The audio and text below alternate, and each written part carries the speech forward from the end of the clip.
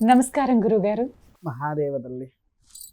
గురుగారు, శ్రవణ నక్షత్రంలో పుట్టిన వారి గుణ స్వభావాలు ఎలా ఉంటాయి గురుగారు? శ్రవణ నక్షత్రం తల్లి, శ్రవణ నక్షత్రానికి అధిపతి చంద్రుడు. నక్షత్రానికి అధిపతి చంద్రుడు. కాకపోతే శ్రవణ నక్షత్రము గురించి చెప్పే ముందు ఒక చిన్న శ్లోకం చెప్తా తల్లి. నమోస్తమనంతాయ సహస్రమూర్తయే సహస్రపాదాక్ష శిరోర్బాహవే సహస్రనామ్నే పురుషాయ శాశ్వతే సహస్రకోటి యుగధారిణే నమః. అంటే ఈ శ్రవణ నక్షత్రము సాక్షాత్కారుడైనటువంటి నారాయణుడి వారి యొక్క నక్షత్రము. కాకపోతే ఒక చిన్న విషయం ఏంటంటే తల్లి, శ్రవణ నక్షత్రానికి ఎదుటి వారిని ముంచి వీళ్ళు ఎదగడం ఎక్కువగా ఇష్టపడతారు. ఎదుటి వారిని తొక్కేసైనా ఎదగాలి అనే ఆలోచన ఉంటుంది. అంటే మనుషులను ఒక కేర్లెస్గా తీసి పక్కకు పడేస్తారు. మనిషిని సరిగ్గా పట్టించుకోవడం కానీ, భార్య పిల్లల మీద విపరీతమైన ప్రేమ ఉంటుంది. కోపిష్టి, విపరీతమైన కోపిష్టి. వాళ్ళకు ఉండే కోపం ఎవ్వరికి ఉండదు. మంచి అలంకరణ ప్రియుడు. దుస్తులు గిస్తులు గర్దరు చొక్కాలు అవి ఇవి ఒక రేంజ్లో పోతారు. ఇంకా వాళ్ళు వాడే పర్ఫ్యూమ్స్ కానివ్వండి, వాళ్ళు వాడే కార్లు కానివ్వండి, అంతా ఓ రేంజ్లోకి పోవాలి. అంటే ఇట్స్ అ బ్రాండ్ అని ఒక డైలాగ్ ఉంటుంది ఏదో సినిమాలో, అవునా? ఆ బ్రాండ్ వాడతారు అన్నట్టు వీళ్ళు. శ్రవణ నక్షత్రం అనేది ఒక బ్రాండ్. కొన్ని విషయాల్లో అంటే సోకుల రాయుడు అని అంటారు కదా, ఆ సోకుల రాయుడే ఈ శ్రవణ నక్షత్రంలో ఉండేది. అలంకార ప్రియుడు ఎవరు? ఆ విష్ణుమూర్తి సాక్షాత్కారుడైనటువంటి శ్రీమన్నారాయణ ఎలా అయితే అలంకరణ చేస్తారో, ఆ నక్షత్రంలో పుట్టిన వాళ్ళు కూడా అదే విధంగా అలంకారరహితంగా ఉండాలి అని చెప్పేసి ఆలోచిస్తారు. కాకపోతే ఏంటి అని అంటే వీరి దగ్గర స్వార్థమైనటువంటి స్వభావాలు చాలా ఉంటాయి. నక్షత్ర 4 పాదాల్లో 2వ పాదం కాస్త మంచిది తల్లి. 2వ పాదము కాస్త మంచిది. కానీ 1, 3, 4 పాదాలు అయితే విపరీతమైన స్వార్థంలో ఉంటారు. ఎంతసేపు. ఇంకొకటి ఏంటి అంటే అప్పులు మాత్రం విపరీతంగా చేస్తారు. అప్పులు కుప్పలు లెక్క మారుతాయి వాళ్ళ ఇంట్లో.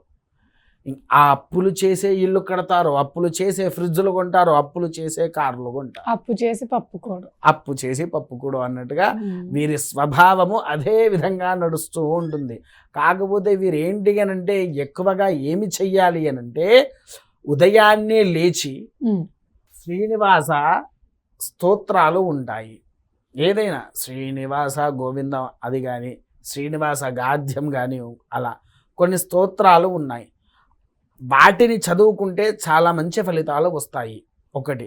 ఇంకొకటి ఏంటి అనంటే వీరు ఎక్కువగా వాడాల్సింది శ్వేతగంధము తల్లి. ఈ శ్వేతగంధముతో పాటు కస్తూరి గంధాన్ని వాడాలి. ఇవి 2 వాడాలి. ఎందుకు అనంటే శ్రీనివాసుడు వెంకటేశ్వర స్వామి వారు గంధపు ప్రియుడు, అవునా? తర్వాత 2వది వచ్చేసేసి నక్షత్రానికి అధిపతి చంద్రుడు. ఇవి 2 కలిపి వాడాల్సిందే వాళ్ళు. ఎందుకు అనంటే ఇదేమో వాళ్ళకు సకల యోగాన్ని, లక్ష్మీ అనుగ్రహాన్ని అందింపచేసేది. ఇది వారి యొక్క మనసు తత్వాన్ని మార్చేది. ఇవి 2 కలిసి వాళ్ళు పెట్టుకుంటేనే వాళ్ళకంటూ ఒక యోగ్యత, ఒక బలము చేకూర్చి వాళ్ళు అనుకునే పనుల్లో విజయాన్ని సాధించి వారికి ఉండేటువంటి చిన్న చిన్న దోషాలు ఏవైతే ఉన్నాయంటే ఈ స్వార్థ స్వభావాలు అనేది ఏవైతే ఉన్నాయో అట్టి స్వభావాలను మార్చే యొక్క శక్తి ఈ గంధాలకు ఉంటాయి తల్లి.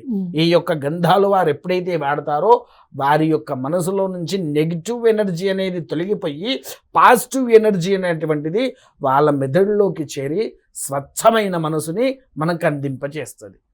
మరి గంధాలు ఎక్కడ దొరుకుతాయి గురువు గారు? అంటే కస్తూరి గంధం దొరకదు బయట, శ్వేత గంధం కూడా దొరకదు. మరి అలాంటి వాళ్ళకి ఎలా గురువు గారు? మా ఈ గంధం ఎవరికైనా కావాలి అనుకుంటే కింద మనము నెంబర్ వేస్తూ ఉన్నాం కదా, ఆ నెంబర్కి ఫోన్ చేసి దూరపు ప్రాంతము వారు ఎవరైతే ఉన్నారో దూరపు ప్రాంతం వారికి కొరియర్ ఛార్జర్స్తో కలిపి చెప్తాము తల్లి. ఆ కొరియర్ ఛార్జెస్తో కలిపి ఎవరైతే కడతారో వారి ఇంటికి మనం పంపించడం జరుగుతుంది. ఈ బొట్టు ధరిస్తూ గురువుగారు ఎటువంటి పరిహారాలు చేసుకుంటే వాళ్ళకి మంచి జరుగుతుంది గురువుగారు? చెప్పా కదా తల్లి, ఈ యొక్క బొట్టు ధరిస్తూ వారు ఎక్కువగా ఉదయం పూట శ్రీనివాస స్వామి, వెంకటేశ్వర స్వామి వారికి సంబంధించిన స్తోత్రాలు చదవడం అనేది చాలా ముఖ్యమైనది. తర్వాత రెండవది దుర్గాదేవి యొక్క అభిషేకాన్ని ఆచరించడం ముఖ్యమైనది. ఖచ్చితంగా ప్రతి శుక్రవారం రోజు అమ్మవారికి అభిషేకము చేయించాలి. ఆ అభిషేకం చేయించిన వెళ్ళడ ఆ అభిషేకించినటువంటి తీర్థం ఏదైతే ఉందో ఆ తీర్థాన్ని వీళ్ళు స్వీకరించాలి. అప్పుడే వాళ్ళకు ఉండేటువంటి సర్వతత్వ రోగ దోషాలు కూడా నివారణ అనేటువంటిది జరుగుతూ ఉంటుంది. దుర్గాదేవి ఆరాధన ఉదయం పూట శ్రీనివాస గాధ్య స్తోత్రాలు ఏవైతే ఉన్నాయో అవి ఖచ్చితంగా చదవాల్సిందే.